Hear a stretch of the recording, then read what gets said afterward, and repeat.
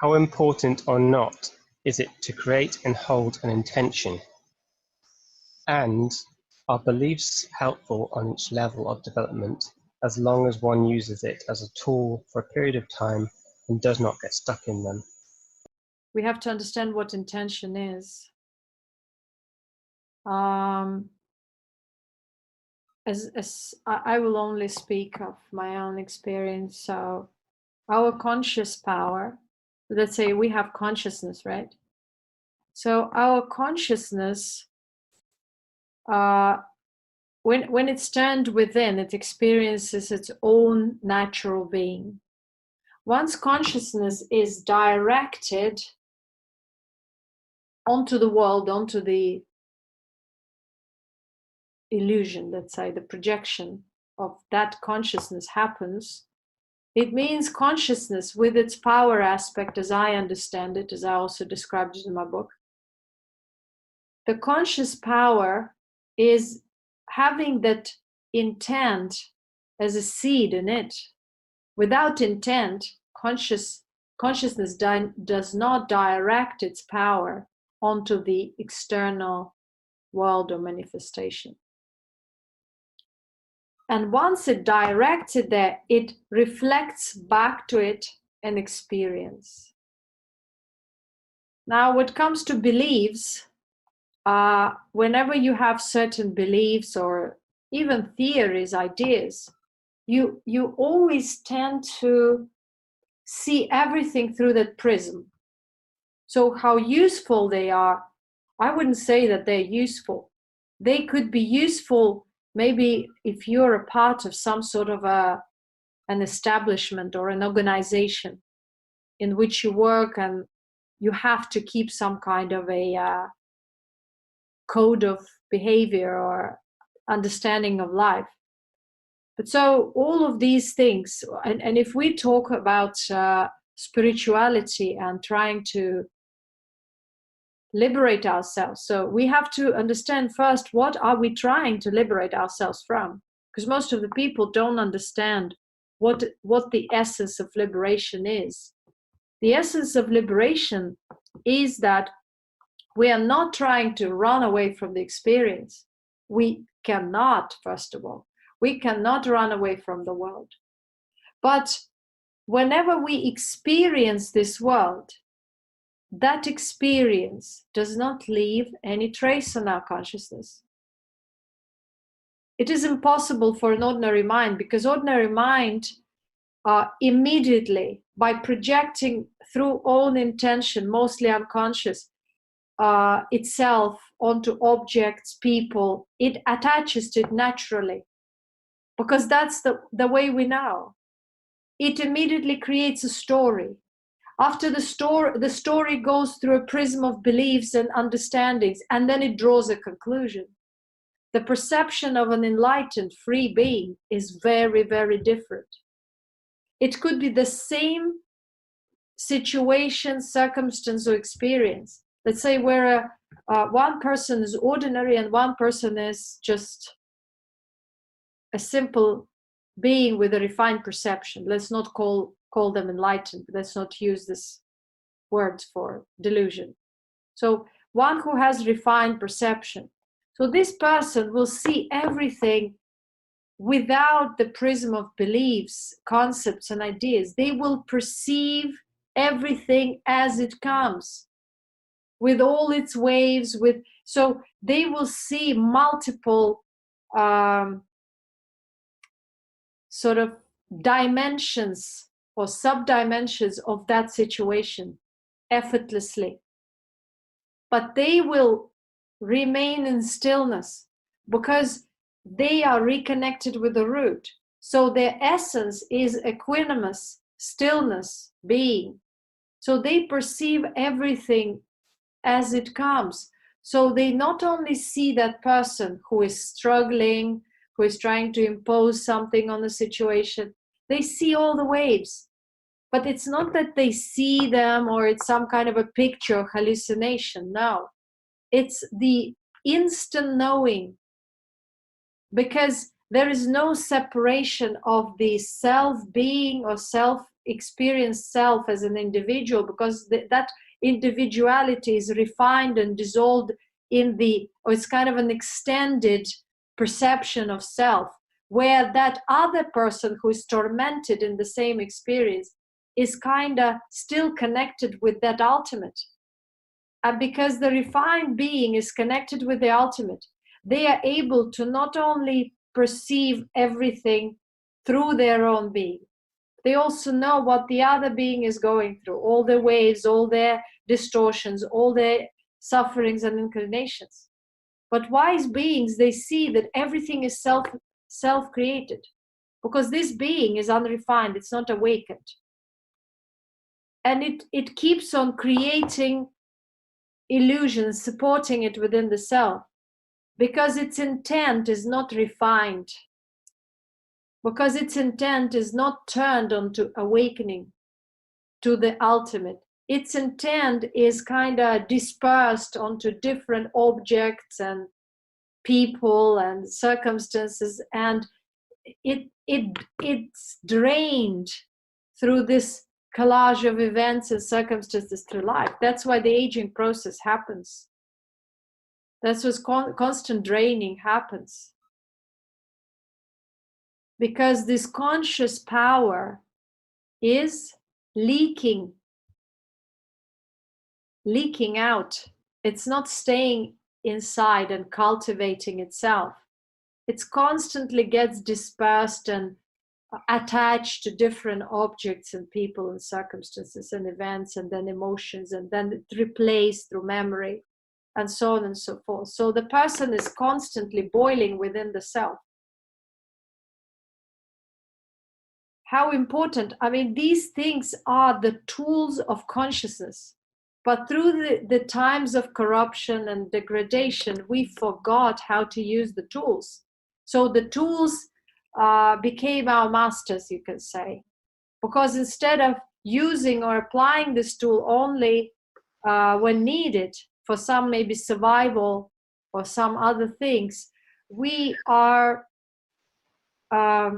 dragged by these abilities, thoughts, emotions. They are tools to create, recreate, alter the reality. But at the moment, we are not able to consciously do it as average beings, because we are completely muddled there and roaming within our own sort of self-imposed, self-created misery of thoughts, emotions, feelings, and memories.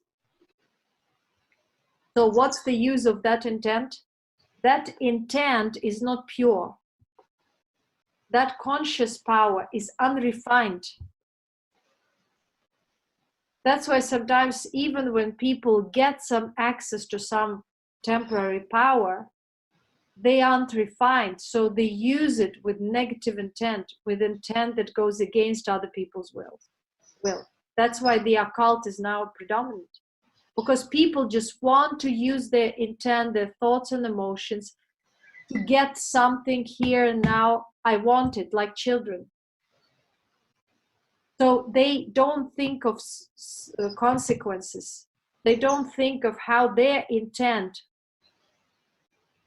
or what kind of impact their intent has on the collective, on someone else, on someone else's will, and someone else's life, and what kind of ripples they create within the collective. And so if each individual does that, then we are in the mess of this constant imbalanced waves of thoughts and emotions of each and every individual. So this is quite a sad phenomena. And when people think that they set off on a spiritual journey, most of the time they set off on a journey of self-gratification, spiritual narcissism, where they refuse to see the truth and to refine their intent and to refine themselves. All they look for is, I'm special. Now I found the way to be more special. And that's where the corruption, even more corruption, lies. That's why our spirituality is getting more and more corrupted year after year. So what I'm getting from what you've been saying is it's like a pool of mirrors, and people are putting their intent they're adding more and more mirrors that they are seeing their reflection in. That's adding more and more energy, putting more and more energy into that. Whereas if you can go into absorption, the mirrors disappear, they slowly disappear. And so the way I was seeing it was that distortions are like a mirror, and then you put a light on it, and then it mirrors it back to you. And you see lots of shadows, so you're basically in a world of shadows. That's what it is, because the mirrors and shadows and other people's mirrors, so it becomes very crowded and shadowy. And so, yeah, when you're attached to one layer, that is all you see. You only see one layer because that's where your intent is. That's what mirrors back to you. That's where the intent gets into the mode of obsession, where it mixes with a temporary desire also, and it turns into an obsession. And then this conscious power tries to find sort of the way out. And usually it finds it through some kind of an idea. If I'm with this person, I will be the happiest person in the world. If I get that job, I will be the happiest person in the world. If I get this and that. So people live from one obsession to the other. And that's where we have a collective sort of addictive pool of consciousness, where each individual is an addictive personality, pretty much. But on different levels with different subtleties. Some are addicted to healthy lifestyle, and they create the whole meaning around it. So basically these intents and these ideas, they kind of create a meaning to life when the life is neutral. It's just like a platform which offers each individual with their distortions and inclinations to resolve their dilemma, to have the experience and then go. But unfortunately, it doesn't happen that simply, because people not only have that resolution, or maybe they get tangled on the way. For example, they came here with one desire and they get tangled through the experience, and they get attached to something else, and now they want something else, and the level of their desires increased, or the obsession got on a new level, less obvious. So that's why they say it's very difficult to understand spirituality in an unrefined state, because that unrefined state will create, let's say, subtle attachments, and so and it's not only the problem is, again, not in the experience. It's not about trying to cut off all the attachments like bluntly. It's about understanding the mechanism, what drives me from within to crave for this experience more than once. What makes me recollect the memory of that experience on and on, which again takes me out of the present moment and into the past. It means at that moment when I'm taken from the present into the past, my life capacity or my energy resources are drained, because I'm replaying. I'm not using this energy resources of which are called life for learning, for evolving further. I am drained by the past. And so another point of awakening is that the person realizes the fact how the aging, draining disease happens, because we are not supposed to have that. We have it because of the corruption that had taken place earlier. So the body is the fruit. When the essence, which is our subtle light body, whatever, I don't want to mislead people. When it's time to know, they'll know themselves through experience. But when our subtle essence is reconnected with the root, the fruit is getting that vibration. It's like we receive gamma rays. We don't see them, but they affect us tremendously. And yet we receive also all other waves like ultraviolet and other. And so it creates some kind of an effect on our body. So if we are not reconnected with that ultimate essence, we don't have access to this eternal pool of energy, or we are not bathing in that true spiritual radiation, how our subtle would be nourished, how our then, it means how our consciousness, individual, embodied, would be nourished, and then how our body would be able to live long. It cannot, because our subtle is not connected with the root consciously, so it doesn't receive that radiation and powerful vibrations. So with time, it's got also its limited capacity. So with time, and actually that's the conscious intent. That subtle essence is having that conscious intent. So by constantly projecting itself outward, it drains itself with time. Plus it stays also, a part of it stays there with the experience. So the energy, instead of staying intact within that vessel of the body or surrounding it, it's hard to explain it logically, it constantly is projected outwards. So the energy is constantly leaking out and going out. And so that's called the draining process. Then there is another situation when through these experiences there is an impediment in the flow of subtle energy within the physical body, because some experience impresses us and some impression is of an emotional nature. It impedes something, and it impedes another time, and stress and another problem. And so if we are not able to step out of this experience and go immediately into another moment, a part of our conscious power stays there with the experience and replays it continuously until there is a moment when consciousness releases it. So as humans, we created all the sciences of psychotherapy and so on. Whatever, through my journey, I've realized whatever all this activity that I am experiencing and which is